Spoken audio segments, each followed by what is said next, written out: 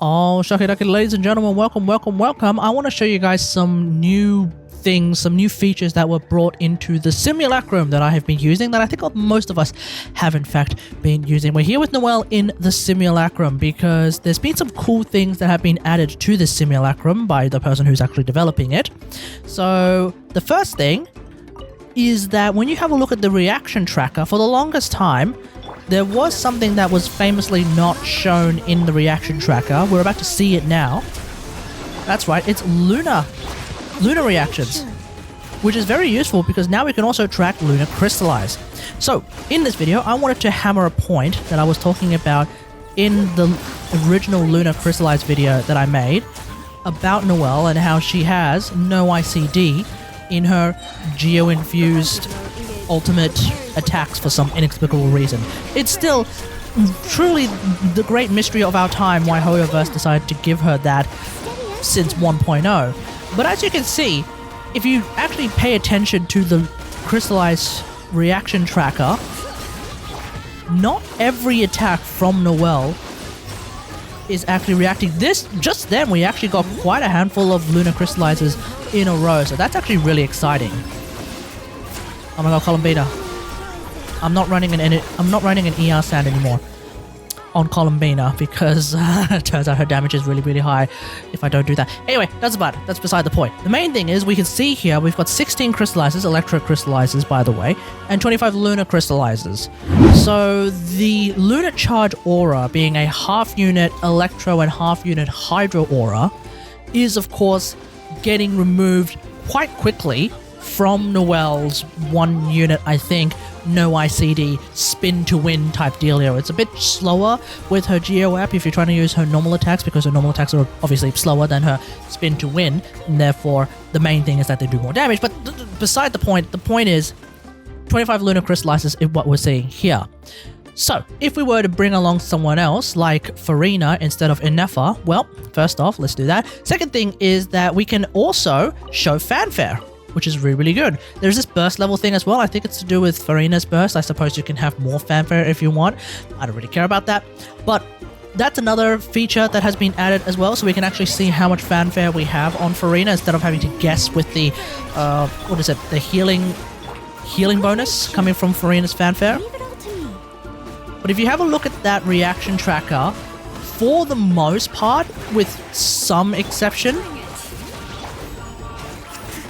it's almost a reaction every hit, which of course works really well for Noelle's no ICD, ult infused Geo damage, and Geo app.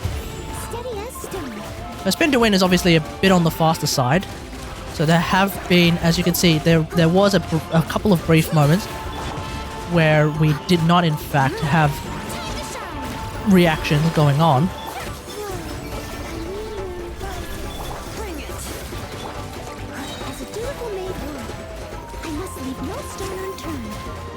But even though we seem to be getting a few less reactions total, because with Inefa on the team we ended up with 41 reactions, here we ended up with 36. It's 36 Lunar Crystallise reactions. So we're definitely working with more than just half a unit of Hydro auras every 2 seconds. We're now working with 1 unit, I think, Hydro Aura coming out of Columbina, 1 unit, I believe, for the most part, coming out of Farina, with a possible 2, I think, coming out of Mademoiselle Crabaletta every, 4 seconds or thereabouts. Anyway, the math kind of works out. Obviously, we have more Hydro app in this team, so we, of course, have way more Lunar Crystallizes, and, of course, keep in mind that with 3 Lunar Crystallizes, that will trigger the Lunar Crystallise turrets to hit as well. So the idea is to, of course, get as many of those Lunar Crystallise hits so that you can get more of those turret hits, so that you get more of that Lunar Crystallise damage. Obviously, damage-wise, the team with Inefa is probably going to be stronger anyway, because A, it's Ascendant Gleam, B, it's Inefa, R2 Inefa, she's pretty strong. But yeah, as you can see, with Noelle, we were running out of that aura quite a lot. I think there was like a very noticeable amount of time where we did end up having a lot of hits that just weren't doing any reactions. And then on top of that, I think if you also pay attention to the target dummy, there was actually quite a lot of time where we also had electro auras but no Hydro Aura for Noelle to react with. So that's kind of why I'm not a huge fan myself of LC squared on Noelle, despite the fact that, of course, the team did more damage. That's sort of irrelevant to Noelle at that point. It's kind of an Nefer thing, as opposed to what we saw with the double Hydro team. And of course, with Linnea incoming, knowing what we know, I'm pretty excited to see what kind of shenanigans I can get up to with Linnea instead of Shillinan in a double Hydro Lunar Crystallise Noelle team, so we'll just have to see how that turns out. But there is, of course, another character that I wanted to really show and demonstrate the difference in like just how much Geo App she has. And that character is, of course, going to be Ningguang. So I don't even need to demonstrate a team with like Nefer, where I'm kind of screwing up the amount of Hydro App that I actually have, because even with double Hydro, I mean, I'll just demonstrate it. So like I said,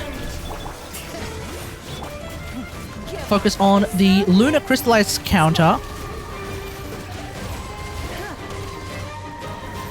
and how occasionally, not only are we seeing like moments where the counter jumps up by 2, we are also seeing like a lot of downtime where the counter doesn't go up at all.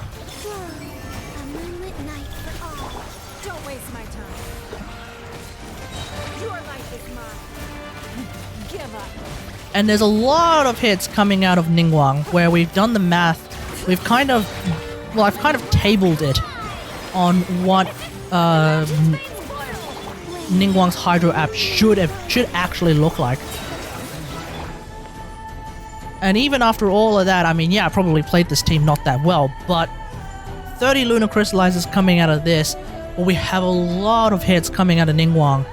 Even with double Hydro, a lot of those hits weren't actually reacting with a Hydro Aura, because it would, like, your burst or your charge attack, or hell, even your normal attacks, kind of more or less delete the Hydro Aura instantly with how much Geo App that Ningguang actually has. So if anything, it seems to me that Ningguang has way too much Geo App.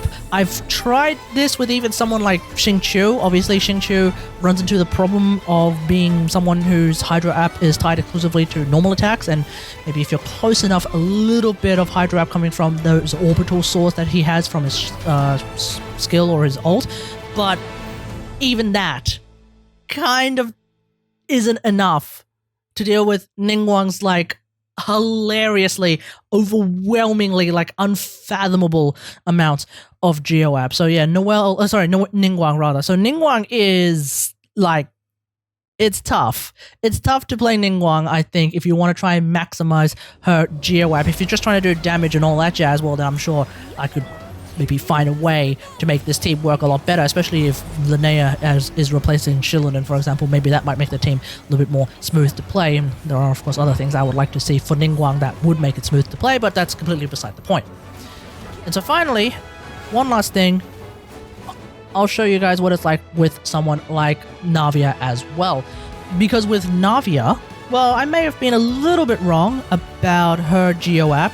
I might have underestimated how much Geo App she actually has, especially when you have her ult and her cannons and her normal attacks going at the same time.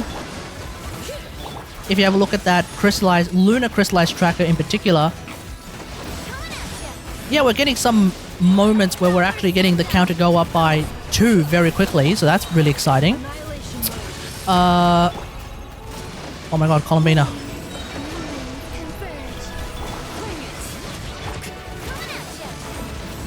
But we're also getting quite a bit of downtime just then in getting that counter to go up at all, which of course says to me that we're actually running into aura problems. Kind of wish I didn't. It doesn't matter.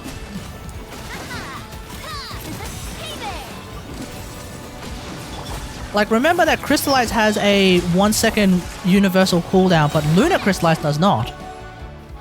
And so we're still kind of running into the problem that we're running into when it comes to playing Lunar Charge and Lunar Crystallise together, which is that half-unit Hydro App kind of gets pretty much removed almost instantly whenever like one of the 3 sources of Geo app coming out of Navia actually reacts. So that's going to be something that I'm going to have to keep in mind, despite the fact that this team can and will do a lot of damage on actually in a 2-minute test. I can get this to hit all the way up to like 180k damage, so 80k DPS rather. So that's a different thing altogether, but I just want to say that LC squared is a bit more tricky. It is going to be a bit more of a compromise on the application if you want to try and get more of that turret damage, but of course the turret damage is not the most important thing when it comes to these kinds of teams. At the end of the day,